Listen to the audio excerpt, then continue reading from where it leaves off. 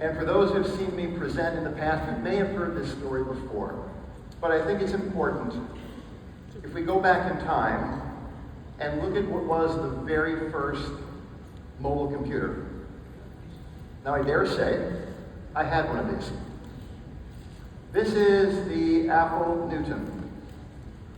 I think it's probably over 30 years old by now. I think this was early 1990s that this product was introduced. And this product was amazing. You can see it had a very large display. It had a stylus for handwriting recognition. It also had a lot of native applications. Had something called Dates. That was actually around scheduling. It had things around contacts, et cetera, et cetera. It was a device that was way ahead of its time. Now, as they say, success has many fathers, and failure is an orphan. Now, this product was a failure from a commercial success, but it was way, way ahead of its time in terms of what it enabled. And it was also, really, I would say, the birth of ARM. ARM was chosen to be the processor inside this product. And for those who don't have all the history, this was a joint venture done with Apple and VLSI Technology. ARM got kicked off as a company, and they chose a 20 megahertz processor. Yes, 20 megahertz. So we're not in that range anywhere close today. But there were a couple things that were really important for this product. Number one, because of its size, it needed to be very, very cool thermally. Now back then, a lot of devices ran off ceramic packages. So the ARM architecture had to fit into something that was plastic. It also had to run off a battery. It also had to be low cost. But that's how ARM was born. And one of the cool stories about this product, it's a true story, that when the very first ARM CPU was running off a bench and the power was actually off, the device was still running. And it was running off the leakage current that was coming off the rest of the circuit board. The point of the story is, we were born to be power efficient. It's in the DNA of the company. It's all we know. And it's really served us well over the last 30 years. Where we are now, ARM is the most pervasive compute platform in history. There's nothing close. Between our CPUs, our GPUs, our NPUs, the entire platform is all now pervasively ARM-based. And the world runs on ARM. If you go back to the very first Computex, I think 1981 was the time. And 1981 was also about the time that the IBM PC was introduced, which I think was the very first real volume driver for modern computing, even before the Newton. If we go back in time to 1981 and just look at the volume that has been driven across computing over these last 40 years, it's stunning.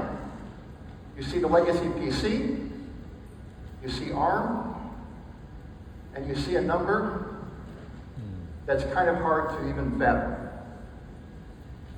ARM, with our partners, has shipped more CPUs, not only than legacy PC or open source, but I would dare say, if you combine every computer architecture ever invented, and you add them up, they're not in the same order of magnitude as ARM.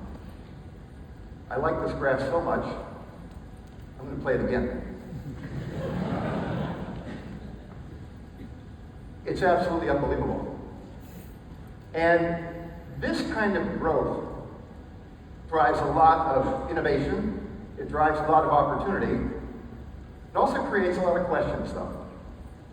And this is one that's being talked about a lot in our industry, particularly when we think about AI and everything that's enabled. And that's do we actually have enough energy to drive all this computing? Now, we have seen some amazing innovation around AI just recently. Whether it's generative AI, around large language models, whether it's around small language models, training, inference, etc., we're in this interesting dilemma where the better the processors get, the more it begets computing, the more it needs more energy, the more it begets computing, etc., etc. And there are a lot of questions whether there is actually enough energy to drive all this demand. This is a projected US data center energy demand to the end of the decade. And if you look at these numbers, roughly speaking, the expectation or projection is that 20% of the US energy grid will be data centers by the end of the decade. Now that is both exciting and impossible at the same time. There is no way that this can continue without some level of change to take place. Now there is a reason that ARM has become so popular when it comes to these data center applications. And that's if you go back to our DNA. Again, we were born running off batteries. It's the world's most power-efficient CPU architecture. Every modern device, whether it's your automobile, whether it's your security camera, whether it's your cell phone, whether it's your PC, everything needs a CPU. That's table stakes. And increasingly what we're seeing in the data center is a very rapid movement to ARM. Graviton was the very first partner that we worked with, over 60% more energy efficient than the previous generation on another architecture. Microsoft announced their product Cobalt, 40% more efficient. These are both based upon the ARM Neoverse platform, which drives incredible energy efficiency across the data center. Keeps going. Google just announced their product, Axion, just earlier this year, 60% more energy efficient.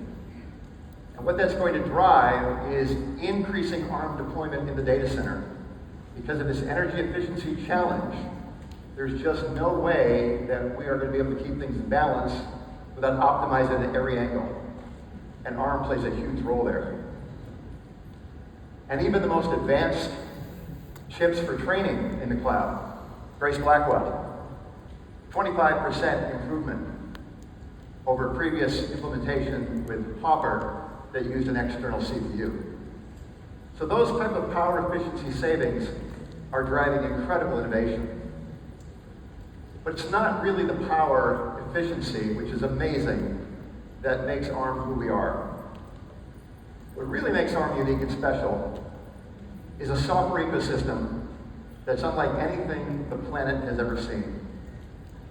Go back in time to the Newton. Had its own OS, ported to ARM, it was very specialized back in the day. 30 years ago, there were lots of operating systems. 30 years ago, there were a lot of vertical solutions. The world became very horizontal. And as it became horizontal, ARM has become the de facto choice for every major operating system in the world. Windows, Android, Chrome, iOS, Linux, Linux for the auto, Linux for the data center. 18 million developers. More software developers develop on ARM than any type of processor ever. And that level of pervasiveness across the operating system drives an incredibly rich application ecosystem. Every major application runs on ARM. ChatGPT, WhatsApp, Line, Facebook, Oracle, SAP. Could fill this chart 10 times over with every major application.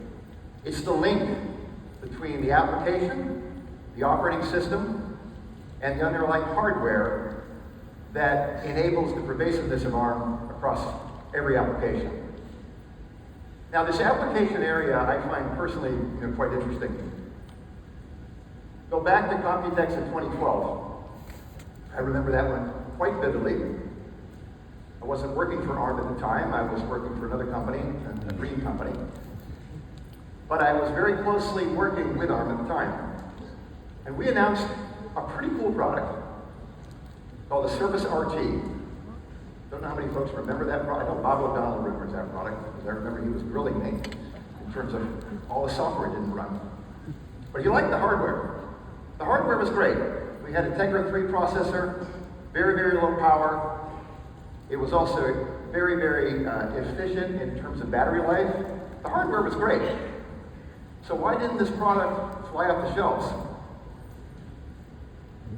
There were no Windows applications that were native to ARM, meaning that nothing was optimized, nothing was performant, nothing was efficient from a battery life standpoint.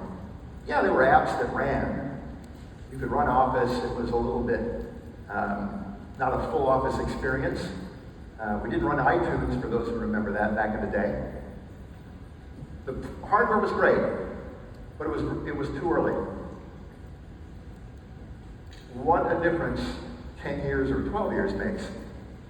Now, the number of native applications that run on ARM for Windows are pervasive, popular, extensive, whatever word that you want to use.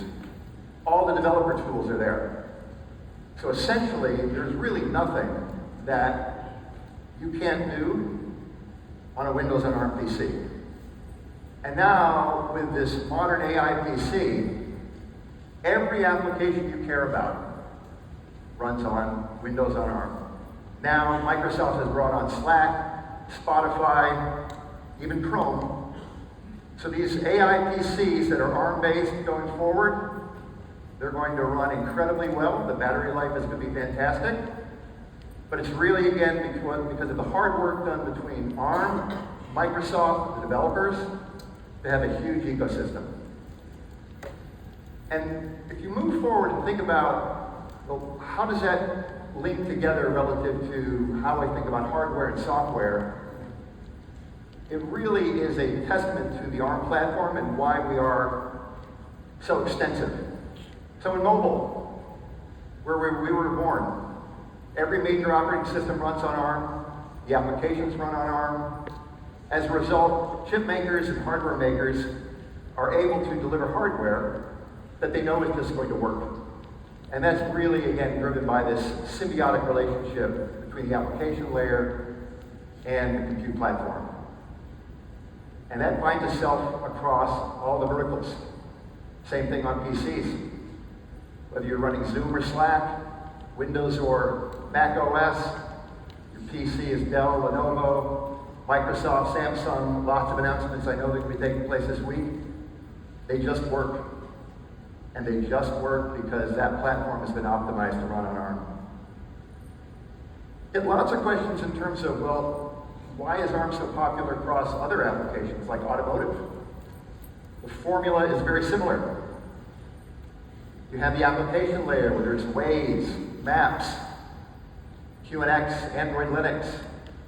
This is why companies like Mercedes, like GM, like Toyota can work with silicon manufacturers and deliver fantastic experience.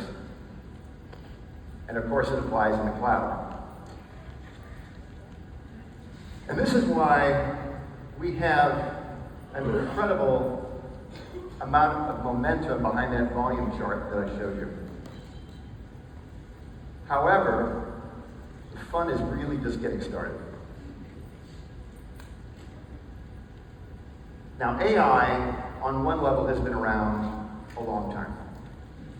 Voice recognition, fingerprint recognition, things of that nature, that's AI on some level. But the Big Bang moment, when ChatGPT was introduced, and suddenly the capability of what large language models, generative AI, text-based or token-based inputs and outputs have changed everything in terms of device capability. If we think about the amount of time it's taken to get to 100 million users from an application standpoint, it's stunning if we look at what has taken place. Took Netflix 10 years. It took Twitter/X, sorry, Elon, 5 years. Instagram, 2.5 years. TikTok, 9 months. I thought TikTok was probably about as fast as you could possibly get. But ChatGPT, 2 months. And now, what you have with ChatGPT is suddenly a brand new cadre of applications and a brand new cadre of experiences. Through Hugging Face or Gemini or Anthropic or Meta or Microsoft, everything's changed. But what's important is that AI is not just training a large language model and waiting for somebody to use it. AI needs to run everywhere for the population to take advantage of all of its capability. Like we've seen with every application, every piece of software over history, the software needs to run from the edge of the tiniest devices to the cloud. So AI needs to run absolutely everywhere.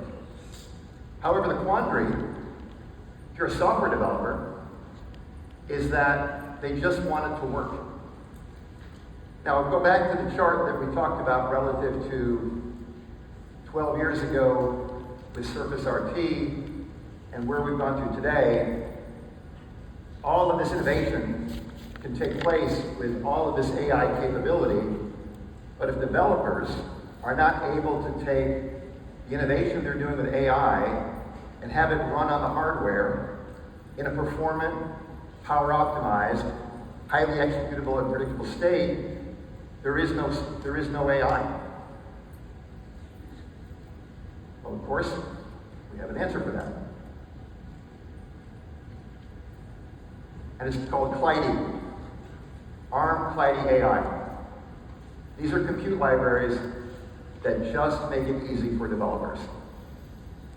And if there's anything we've learned at 30 plus years at ARM, as great as the hardware is, as great as the experience is when you bring out a new chip, if you don't have the software, if you don't have something that developers can get access to, the hardware is not going to do you much good. So in the AI world, developers will work on their models in frameworks such as TensorFlow, PyTorch, MetaLlama 3, MediaPipe, some examples. What Kleidi does is, in between the high-level language that the models are being developed in, by taking access, making use of these libraries, calling these libraries, they are now able to develop something in software, and by just calling these libraries, will just work.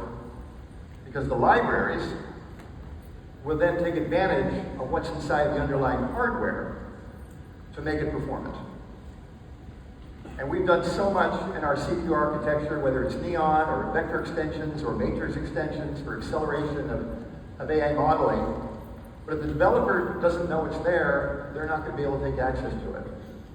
And on the flip side, if the applications can't take advantage of it, then all the goodness that you hear this week about all these great apps running, if there's nothing that makes it visible to hardware, it's just not going to work. Kleidi AI solves that. And where's it going to fit? Well, when you think about the top of the stack, as we talked about before in terms of the handset, the silicon vendor, the operating system, Kleidi just sits on top of that. And it makes it just easy for developers. Now, of course, I'm the CEO of ARM. I have a bias, and this is a great thing. So, of course, I'm going to say wonderful things about it. But it's probably easiest if I allow our customers and partners to talk about it. So I first want to introduce me a video of Mr. Wongjun Choi, EVP at Samsung, who is in charge of Samsung Mobile.